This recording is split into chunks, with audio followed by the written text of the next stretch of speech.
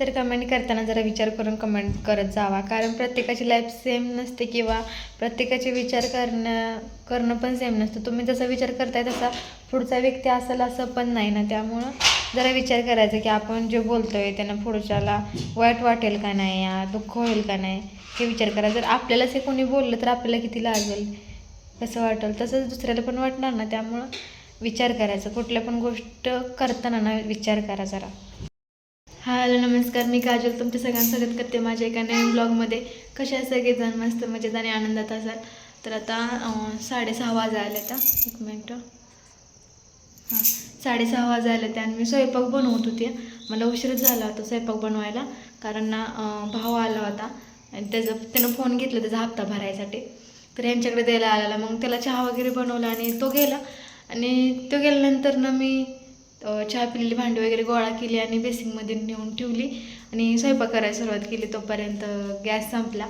अशा वेळेस येऊन संपला आहे ना. आता भात अर्धा कच्चा राहिला आहे आणि कालवण बनवायसाठी मी तेलात मसाला टाकून ठेवला आहे, पण पाणी ओतलं नाही आणि वांगी पण टाकले नाही. ते अशा जागी येऊन संपला. आता काय कळलं ना. ह्यांना फोन केला तर हे म्हणलं यायला मला उशीर लागणार आहे.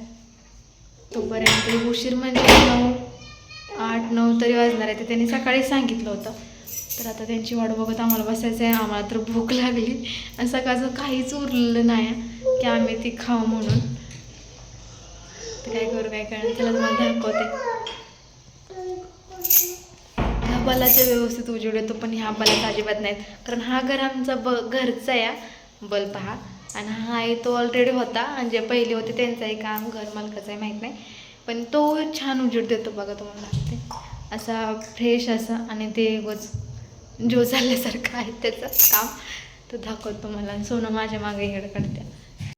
तर बघा इथं मी मसाला वगैरे टाकलेला ना. भात आता उघडू का नको, अर्धा शिजायचा राहिला आहे. कुकरला नाही लावला कारण थोडा होता. माझ्याकडून दूध सांडले तरी दुधाचं टिपकं उडलं नाही. तुम्ही म्हणसाल गॅस पोसत नाही का, तर दुधाचं टिपकं उडलं तर नाही. सगळं मी मसाला वगैरे करून घेतला आहे. तर काय करणार, आता हे सुपलीवरती ठेवली, त्यात सोनं लसूण वगैरे भरलाय. फ्रीज वाजायला लागला लगेच. त्यांची वाट बघण्याशिवाय पर्याय नाही आमच्याकडं. तोपर्यंत आम्हाला उपाशीच राहावं लागणार आहे. भूक लागली पण काय करणार. हिला तर लागली आज. ती दुपारी जेवली ना, तिथं शाळेत आली ना, थोडंसं तिनं असंच वरचं खायला खाल्ले, बाकी तिनं काय खाल्लंच नाही. आता थोडंसं दूध आणि चहा पिली होती, त्यांना केला होता चहा तेवढंच, आणि त्यांना काय पोट भरत नाही. आणि मी पण दुपारी जेवली नव्हती, सकाळी जेवले होते पण थोडंसं मला कसं तरी झालं, मग मी दुपारी जेवलेच नाही. आणि आता भूक लागली.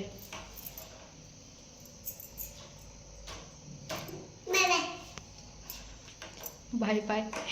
आता ह्यांना फोन करून सांगितलं तरी म्हणतोय बघू आता कसं होतंय कसं नाही. तर त्यांच्यासोबत त्यांना सांगितलं त्यांनी घरी जाणं गॅस जोडा, पण ते म्हणते मला गॅस जोडता येत नाही आणि मला पण येत नाही. बसवलं पण असतं, मम्मी म्हणली की बसवून बघ, पण काय होतं ना, ते व्यवस्थित बसत नाही. आमचं जे रेग्युलेटर आहे ना, ते व्यवस्थितच बसत नाही. ह्यांच्या ताकदीनं ते बसत नाही, मग माझी ताकद तर काय त्याच्या पुढे पिकीच आहे. त्यामुळे मी त्याच्यापासून लांबच आहे, कारण मला वाटलं ना जरी बसलाय तर उगाच वेगळंच काय तर म्हणून बसायचं. उगाच निमित्त लागतं कुठली पण गोष्ट व्हायला, त्यामुळे मी ती करणार नाही.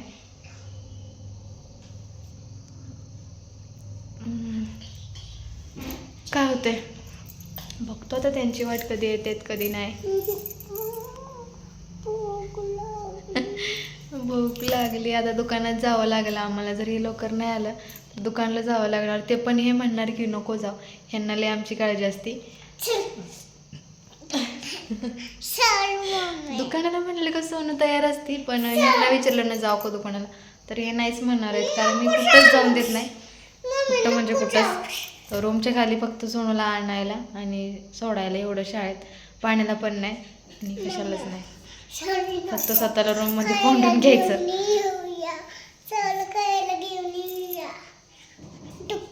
होय, सोनं म्हणते की, मी म्हणलं त्या दिवशी कालच का बरं म्हणतो ती चल दुकानाला, म्हणजे मी तुम्हाला ब्लॉग दाखवलेलं, म्हणजे शूट केलं आहे ब्लॉगमध्ये. तर मी कपडे धुते तेव्हा पण ती तशीच म्हणत होती चल की, तू आधी म्हणली होती की आपण जेव्हा नवीन घरात जाऊया तेव्हा फिरायला जायचं ना, आता तर कुठं नेत नाही. म्हणलं की थांब पप्पाला विचारते आणि मग सांगते जाऊया आपण फिरायला. तर म्हणते की सगळंच काय पप्पाला विचारायचं आहे या, सगळंच काय पप्पाला विचारायचं आहे. त्यांना बिना सांगता जायचं. आम्ही बिना सांगता पप्पाला गेलं ना, पप्पा आम्हाला कायमचं फिरा म्हणतील बिंदास्त. जी लोकने जी लोकने जिंदगी असं होणार आहे.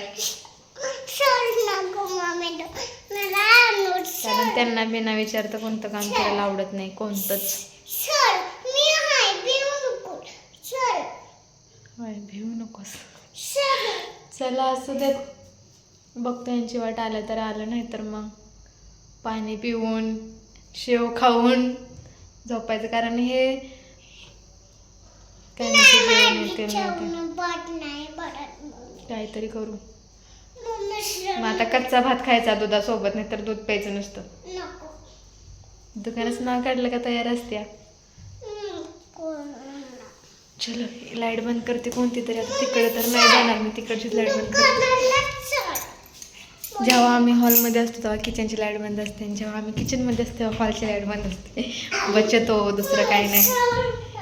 बचत करावी लागते बाहेर पडल्यानंतर ना, कारण खर्च भरपूर वाढतो असा. लाईट बिल तसं आम्हाला जास्त नाही आलं, पण बघू आता ह्या महिन्यात किती. पहिलं महिन्याचं कसं त्यांचं पण होतं ना, पहिले भाडोकरीने थोडं वापरलं असेल आणि आम्ही थोड्या दिवसानं आलो, तर लाईट बिल ॲक्च्युअली किती तारखेला येतं काय मला माहीत नाही इथं. तर आता हा महिना तर आम्ही कंटिन्यू वापरले. तर त्यानंतर फ्रीज आहे, आणि एकच बल्ब कुठलं तरी झोपताना तर आम्ही दोन्ही पण बंद करून झोपतो. आणि हीटर आधीमध्ये असतो, जेव्हा मला केस धुवायचे असते तेव्हा फक्त मी हीटर लावते, नाही तर डोके खालून आंघोळ करायची म्हटल्यावर गॅसवरच पाणी तापवतो. हे तर गार पाण्यानेच करतात, त्यामुळे हीटरचा पण जास्त वापर होत नाही. तर ह्या महिन्यात जे येईल बिल ते आपलं स्वतःचं बिल म्हणायचं, जे आपण यूज करतोय ते 250 रुपये पण मला जास्त वाटते. तर बघू आता ह्या महिन्यात कसं होतं. चला आता सोनूचं मोसम सुरू झाले, तिकडं कुठं बसले. लवकरच होम टूरचा ब्लॉग घेऊन येईल जेव्हा कोणी नसेल, कारण मला कसं तरी वाटतं सगळ्यांसमोर व्हिडिओ घ्यायला. तर चलो बाय बाय, उद्या भेटू एका नवीन व्हिडिओसोबत. आणि हो, कमेंट मला आल्या होत्या, त्या कमेंटवर पण मला बोलायचं आहे. नाही मला बोलू वाटत कमेंटवर, खरंच नाही बोलू वाटत, कारण जैसे जिसकी सोचना तसं आहे ती कमेंटचं काम. तर उगाच आपण त्याचे विचार तर बदलू शकत नाही, त्यांना रिप्लाय देऊन. बोलणारे बोलत राहतात, त्यांना आपण नाही बदलू शकत. त्यांचे विचार करण्याची जर ती परिस्थिती, ती मनस्थिती असेल ना, तर ती तसंच बोलणार आपल्याला, तसंच कमेंट करणार. जस्ट इग्नोर करत राहायचं सगळ्यांना. तुम्हाला काय करायचं ते करा, मला काय करायचं ते मी करणार. त्यामुळं तर असो, चला बोलू आपण कमेंटवर नंतर ना. लवकरच गोल्ड ज्वेलरीचा ब्लॉग येणार आहे, मंगळसूत्र कलेक्शनचा पण ब्लॉग येईल. हळूहळू येतील छान छान ब्लॉग. आता रेग्युलर ब्लॉग सांगितले मी येणार आहेत म्हणून, त्याचं रोज शूट करण्याचा प्रयत्न करते. आज सकाळपासून तर नव्हतंच केलं, टाळाटाळ केलेली. पण आता म्हटलं चला आता हे येणार नाहीत म्हटल्यानंतर नाही निमित्त झालं ब्लॉग शूट करायला. कारण मला वाटतं की सकाळचं रुटीनपासून घ्यावं, पण हे घरी असलं का नाही घे वाटत. कारण 2 वेळेस पचका झाला आहे माझा यूट्यूबवर, तर ह्यांना तर काही विश्वास नाही राहिला. त्यामुळं मला नको वाटतं त्यांना ब्लॉगमध्ये घ्यायला. त्यांना पण दाखवायचं नाही की मी व्हिडिओ बनवते. त्या दिवशी लाईव्हला त्यांना माहीत नाही की मी इंस्टाच्या लाईव्हला होते म्हणून, आपलं सॉरी यूट्यूबच्या. मला त्यांना वाटलं मी इंस्टाच्या, आणि ते माझे कोणतेच व्हिडिओ बघत नाही. तर नाही इंस्टाचं नाही यूट्यूबचं कोणतंच व्हिडिओ बघत नाही. तर आला जरी व्हिडिओ ना माझा तरी स्क्रोल करायचं, त्याला लाईक पण देत नाही. तर पहिली गोष्ट, सोनं जर त्यांच्यासोबत जर रील्स बघत असली ना, तर ती मला सांगते, हा बघ मम्मी तुझं व्हिडिओवरती ढकलला, लाईक नाही केला. असं काय नाही त्यांचं. असं बाय बाय. नवीन असेल चॅनलला सबस्क्राईब करा, बेल आयकॉन ऑन करा. Bye bye. आणि व्हिडिओ पूर्ण बघा. बाय.